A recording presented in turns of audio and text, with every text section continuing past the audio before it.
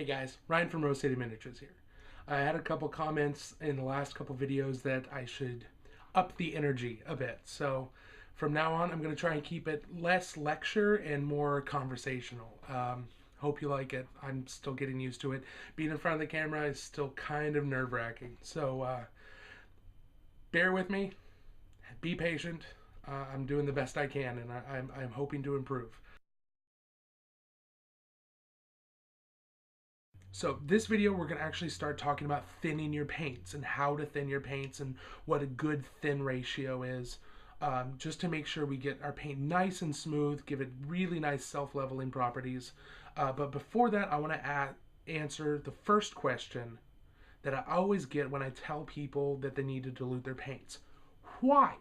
Why should I dilute my paints? I mean, you would think the manufacturers would make the paint ready to use right out of the pot, right?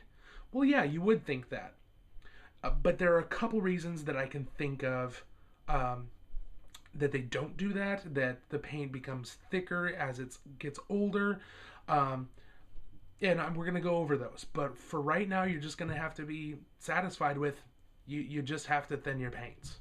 Accepting that you need to dilute your paint really doesn't answer the questions of why you need to dilute your paints. Now, the thing about acrylics is that when it's gooped onto a surface and not spread around, if it dries like that, it dries in a mound. Next, take a look at your painting palette next time and see that your paint, when it dries, the paint that you didn't use, when it dries in a mound. It doesn't smooth out. It's not perfectly level with the surface. That's because it's really thick. That's because it doesn't have very good self-leveling properties. It needs to relax. We need to add some stuff to it to get the surface tension to break, and so it'll level out a lot easier. Now, ultimately, your paint's never going to be perfectly smooth. But we can get it really close to where the naked eye really can't tell. Now, that's why we want to dilute our paint, because if that surface tension isn't broken, if you paint that onto your model, you're going to, all those tiny little details, the symbols, the aquilas, the rivets, all of those are going to have acrylic paint filling the divots, filling the seams in them, and you'll lose all of that detail. It won't be sharp anymore. They'll just look like lumps or rounded shapes. Okay, so that's the primary reason we want to dilute our paint. Keep our detail. Also, diluted paint, it eliminates brush strokes. You have a smoother color. Your colors are less patchy. Okay, these are all 5 really big things that diluting your paint helps with. It just makes your models look better. Now, I really wish I could give you the secret formula on how to thin your paint. So exactly what you need to do. You need 3 drops of this, 2 drops of that, a dash of this, and a newt's eye. But I can't do that, because I mean that secret formula is only for commission painters, and if I gave that away, man, we'd all be out of a job. I can't. Oh, come on. Oh, don't give me the puppy dog eyes. Fine. All right. I'll tell you how to thin your paints. I'll give you the secret formula. There isn't one. There is no secret formula on thinning your paints. The truth is, there's no scientific formula for every brand of paint, for even every color in a single brand. It just isn't. But there are a couple rules of thumb that all commission painters, all really good painters, and even the cruddy painters need to learn. And take these to heart. This is going to get you where you need to be as far as thinning your paint goes. Rule of thumb number 1, and this is really simple. When in doubt, always thin your paints 1-to-1, water to paint. Now, what does 1-to-1 mean? It means if you use 1 drop of paint, you use 1 drop of water and you add them together. 2 to 1 would mean 2 drops of paint, 1 drop of water. Um, it's a ratio basically. Okay, so if I say 1 to 1 or 2 to 1, or if any other painter videos you see say that, now you know exactly what they're talking about. They're talking about paint to water or water to paint. Now be careful, because make sure to listen to what the painter's saying, because if they say 2 to 1 water to paint, that's very different than saying 2 to 1 paint to water. Okay, if you've learned ratios, you know the importance of the order.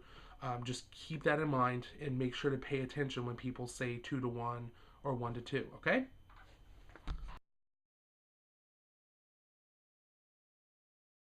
So the second rule of thumb, and the last rule of thumb as far as I know, if you can think of another one, let me know, because I need to know it. Um, to get a really good level of dilution, you should add enough water or mixing medium or whatever you want to do. We'll talk about mediums later. For now, just use water, distilled water if you can. It's like $1 a gallon at your local grocery store. Just get some of that. It's pure. It doesn't have any minerals or anything like that. It's not going to screw up your paints or anything like that. It's just probably some of the best stuff to use. Okay. Back on topic. To get a really good level of dilution, you should add enough water to your paint so that it turns from a gel to a liquid. Okay. Now, gel. What are you talking about, Ryan? I mean, my paints are a liquid. No, they're kind of.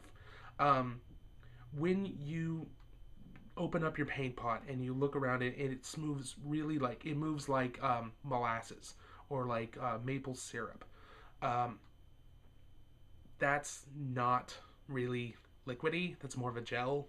If you look at hair gels, things like that, glues, these are all gels. A liquid flows really well. It doesn't have a lot of surface tension, and it flows quickly. Okay, that's what we're looking for. The exact consistency we're really looking for is that of 2% milk. Okay, that's a pretty big rule of thumb, right?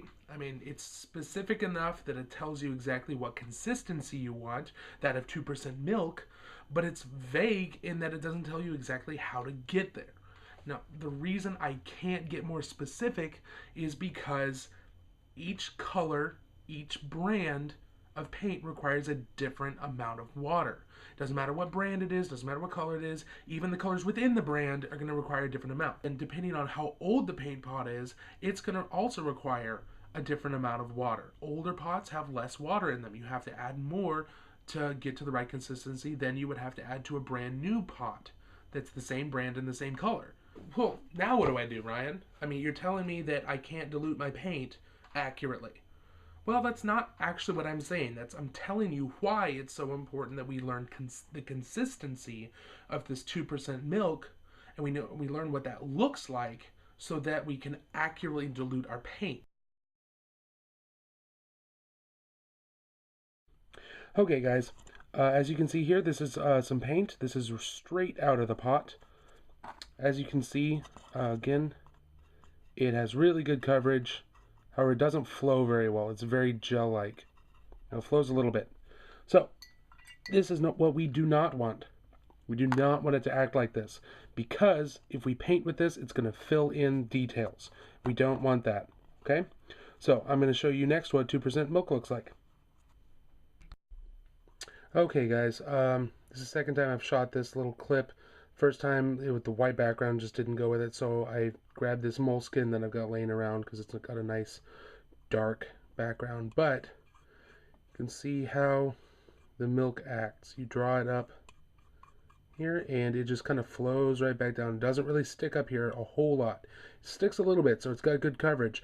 But the fact that it flows back down, it's really good, okay? What that does, it means it's got really good self-leveling properties. Okay, so when you push it around on your Mini, when you paint with it, it's going to level out. All your brush strokes are going to disappear. It's going to be awesome. Go get your own cup and play around with the 2% milk. Do this every day, okay? Don't, maybe not every day, but don't just do this once and then think that you've got it. But play around with it, do it a few times, get an idea of how the liquid itself acts. Now, don't pay attention to the opacity of milk. I think I said this earlier in the earlier section. The opacity is not what we're paying attention to here, okay? What we're paying attention to is the way the liquid is actually acting, the way that its attributes, how liquid it is, how well it covers, how it self-levels. You see, once you do that brush stroke up there, it just all levels out. It spreads itself out. You can't really see brush strokes very well. Little thicker areas, but once they run down, it all levels out, okay? That's really important. That's what we want in our paints, okay? Yeah, you are going to have to do more layers because the paint is thinner. That means the pigment's going to be weaker, but you're going to have a higher quality paint job by the time you're done. Okay, so now I'm going to go back to the red paint, and we're going to thin it down to the same consistency we've got here. Okay, back to the red paint. Now, you see here, you compare this red paint to the milk. It's really got very different properties. It's much stickier. It doesn't self-level as well. You can see all the brush strokes. So what I'm going to do is I'm going to add some distilled water.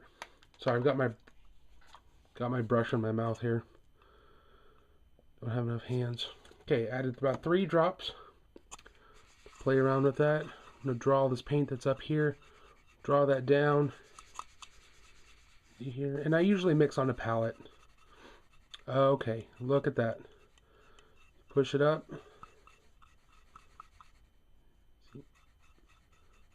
Okay, that's a lot better. Push it up again. See how it runs down? It's running down about the same quickness as the milk. That's good. That's what we want. It means it's going to run out. It's gonna cover all those brush strokes. You're not gonna have brush strokes in your paint scheme. That's what we're looking for. Also, the paint is weak enough now that it's not gonna settle into all of your small details and fill those in when it hardens. That's great. It's right about what we want. I know I've already said this, but there's no substitute for you going out, getting some 2% milk, putting it in a glass, and playing around with it multiple times. Not like, 10 times in one day. Just do it every now and then. If you are forgetting what it looks like or your paint stops acting the way you remember it acting, get some 2% milk out, play around with it, and get an idea. Remind yourself of what the dilution should be. Okay? Remember, don't pay attention to the opacity of the milk, okay? How well you can see through it. That doesn't matter, okay? The opacity of the milk really doesn't matter. What we're looking at, what we're trying to pay attention to is the liquid itself, devoid of the color, okay? The color's just there so we can see it, but look at the way the liquid is working. Now, the reason you don't want to pay attention to the opacity is because each color that you're working with is going to have a different level of opacity. Black has a very high opacity. Yellow does not. White does not. Red, not really. Green, it's okay. Blue, it's okay. Yeah. But each color and each brand of each color are going to have different levels of opacity. So you don't want to pay attention to that. Just pay attention to how the 2% milk functions, how it acts in the glass, and then dilute your paint to as close to that as you can get. Thanks for watching. This has been another video from Rose City Miniatures. I'm Ryan. Don't forget to rate, comment, and subscribe. See ya.